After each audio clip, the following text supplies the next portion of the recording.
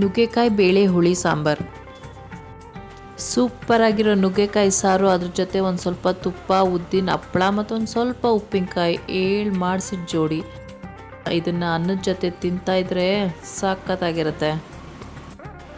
ಈ simple and easy sambar ಹೇಗೆ ಮಾಡೋದು ನೋಡೋಣ ಬನ್ನಿ. ಫಸ್ಟು ನುಗ್ಗೆಕಾಯಿನ ಕ್ಲೀನ್ ಮಾಡಿ ತೊಳೆದಿಟ್ಕೊಳ್ಳಿ.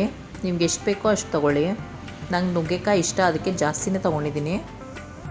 ಒಂದು 3/4 ಕಪ್ಪಷ್ಟು ತೊಗರಿಬೇಳೆನ ವಾಶ್ ಮಾಡಿಬಿಟ್ಟು ಕುಕ್ಕರಾಗೆ ಹಾಕ್ಕೊಳ್ಳಿ.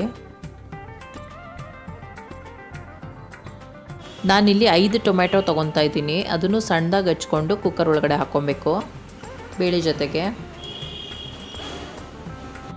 ಇದಕ್ಕೆ ಒಂದು 3 ಲೋಟದಷ್ಟು ನೀರು ಹಾಕ್ಕೊಬೇಕು ಕುಕ್ಕರ್ ಒಳಗಡೆ.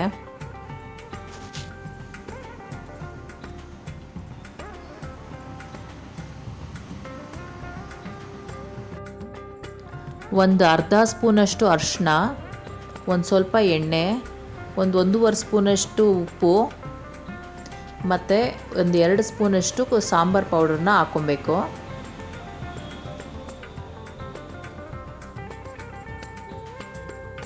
ಇಷ್ಟನ್ನು ಹಾಕ್ಕೊಂಡ್ಮೇಲೆ ಒಂದು ಸ್ವಲ್ಪ ಮಿಕ್ಸ್ ಮಾಡಿಕೊಂಡು ಕುಕ್ಕರ್ ಲಿಡ್ನ ಮುಚ್ಚಿಬಿಡಿ.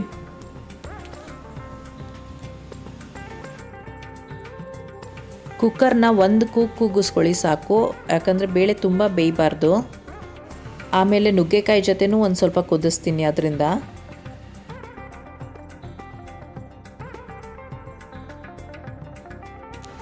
ನೆಕ್ಸ್ಟು ಸಾಂಬಾರು ಮಾಡೋದಕ್ಕೆ ಯಾವುದಾದ್ರೂ ಪಾತ್ರೆ ತಗೊಳ್ಳಿ.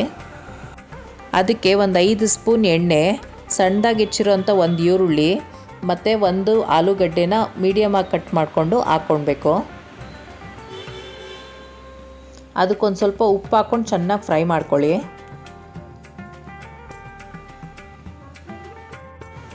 ಆಲೂಗಡ್ಡೆನ ಮತ್ತು ನುಗ್ಗೆಕಾಯಿನ ಕುಕ್ಕರ್ನಲ್ಲೇ ಬೇಯಿಸ್ಕೊಂಡ್ರೆ ಎಲ್ಲ ಒಂಥರ ಸ್ಮ್ಯಾಶ್ ಆದಂಗೆ ಆಗಿಬಿಡುತ್ತೆ. ಅದಕ್ಕೆ ಈ ಥರ ಒಗ್ಗರಣೆನಲ್ಲಿ ಫ್ರೈ ಮಾಡಿಕೊಂಡ್ರೆ ತುಂಬ ಚೆನ್ನಾಗಿರುತ್ತೆ. ಒಂದು 2 ನಿಮಿಷ ಆಲೂಗಡ್ಡೆ ಫ್ರೈ ಮಾಡ್ಕೊಂಡ ಮೇಲೆ ಇದಕ್ಕೆ ನುಗ್ಗೆಕಾಯಿ ಎಲ್ಲ ಹಾಕ್ಕೊಳ್ಳಿ. ಒಂದು 1/4 ಲೋಟದಷ್ಟು ನೀರು ಹಾಕ್ಕೊಂಡು ನುಗ್ಗೆಕಾಯಿ ಒಂದು 3/4 ಭಾಗ ಫ್ರೈ ಆಗಬೇಕು, ಅಷ್ಟು ಅದನ್ನು ಫ್ರೈ ಮಾಡ್ಕೊಳ್ಳಿ. ನುಗ್ಗೆಕಾಯಿನ ಒಂದು 3 ನಿಮಿಷ ನೀರು ಹಾಕ್ಕೊಂಡು ಫ್ರೈ ಮಾಡ್ಕೊಂಡ್ಮೇಲೆ ಅದಕ್ಕೆ ನಾನು ಬದನೆಕಾಯಿ ಹಾಕ್ಕೊಳ್ತಾ ಇದ್ದೀನಿ, ಸ್ವಲ್ಪ ಸಣ್ಣದಾಗಿ ಕಟ್ ಮಾಡಿಕೊಂಡು. ಬದನೆಕಾಯಿ ಹಾಕ್ಕೊಂಡು ಒಂದು 2 ನಿಮಿಷ ಮುಚ್ಚಿಡ್ತೀನಿ. ಹಬೆಗೇ ಆಲ್ಮೋಸ್ಟ್ ಬದನೆಕಾಯಿ ಬೆಂದ್ಬಿಡುತ್ತೆ.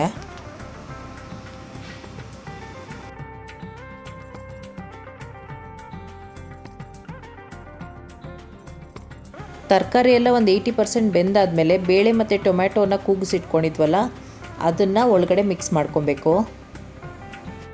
ನೋಡಿ, ಬೇಳೆ ಇಷ್ಟೇನು ಬೆಂದಿರಬೇಕು, ತುಂಬ ಸ್ಮ್ಯಾಶ್ ಆಗಿರಬಾರ್ದು. ಈಗ ಒಳಗಡೆಗೆ ಮಿಕ್ಸ್ ಮಾಡ್ಕೊಳ್ಳೋಣ.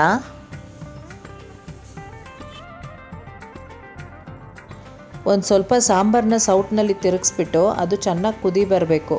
ಅಲ್ಲಿವರೆಗೂ ಸಾಂಬಾರನ್ನ ಬೇಯಕ್ಕೆ ಬಿಟ್ಬಿಡಿ. ಒಂದು ಕುದಿ ಬಂದಾದಮೇಲೆ ಸಾಂಬಾರಿಗೆ ನಾವು ಒಗ್ಗರಣೆ ಹಾಕ್ಕೊಬೇಕು. ಒಗ್ಗರಣೆಗೆ ಒಂದು ಸ್ವಲ್ಪ ಎಣ್ಣೆ, ಸಾಸಿವೆ, ಜೀರಿಗೆ, ಕರಿಬೇವಿನ ಸೊಪ್ಪು, ಬೆಳ್ಳುಳ್ಳಿ ಮತ್ತು ಒಂದು ಸ್ವಲ್ಪ ಇಂಗು ಇಷ್ಟನ್ನು ಹಾಕ್ಕೊಂಡು ಚೆನ್ನಾಗಿ ಫ್ರೈ ಮಾಡ್ಕೊಬೇಕು ಎಣ್ಣೆಯಲ್ಲಿ.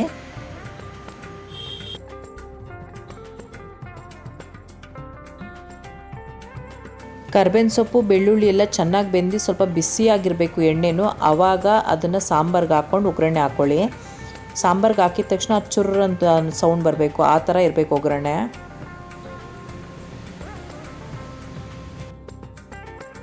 ಒಗ್ಗರಣೆ ಹಾಕಿದ್ಮೇಲೆ ಸಾಂಬಾರನ್ನ ಕುದಿಸೋಕೆ ಹೋಗಬಾರ್ದು, ಅದ್ರ ಟೇಸ್ಟ್ ಹೋಗ್ಬಿಡುತ್ತೆ. ಈಗ ಸೂಪರ್ ಟೇಸ್ಟಿ ಆ್ಯಂಡ್ ಯಮ್ಮಿ ಆಗಿರೋ ನುಗ್ಗೆಕಾಯಿ ಬೇಳೆ ಸಾಂಬಾರು ರೆಡಿ ಇದೆ. ಲಾಸ್ಟಲ್ಲಿ ಒಂದು ಸ್ಪೂನಷ್ಟು ತುಪ್ಪ ಹಾಕ್ಬಿಟ್ಟು ಸಾಂಬಾರಿಗೆ ಮಿಕ್ಸ್ ಮಾಡಿಬಿಡಿ, ಟೇಸ್ಟ್ ಚೆನ್ನಾಗಿರುತ್ತೆ. ನಾವು ಆಲೂಗಡ್ಡೆ ಮತ್ತು ನುಗ್ಗೆಕಾಯಿನ ಕುಕ್ಕರ್ನಲ್ಲಿ ಬೇಯಿಸ್ಕೊಳ್ದಲೆ ಒಗ್ಗರಣೆನಲ್ಲಿ ಬೇಯಿಸ್ಕೊಂಡಿರೋದಕ್ಕೆ ತುಂಬ ಹದವಾಗಿ ಚೆನ್ನಾಗಿ ಫ್ರೈ ಆಗಿದೆ, ಪಚ್ಚಿ ಅನ್ನಂಗೆ ಆಗಿಲ್ಲ.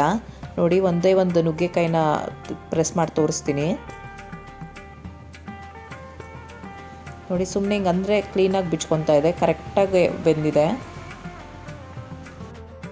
ಈ ಸಿಂಪಲ್ ಆಗಿರೋ ಬೇಳೆ ಸಾಂಬಾರನ್ನ ಟ್ರೈ ಮಾಡಿ, ಟೇಸ್ಟ್ ಮಾಡಿ, ಎಂಜಾಯ್ ಮಾಡಿ. ಸಬ್ಸ್ಕ್ರೈಬ್ ಆಗೋದು ಮರಿಬೇಡಿ. Thank you for watching.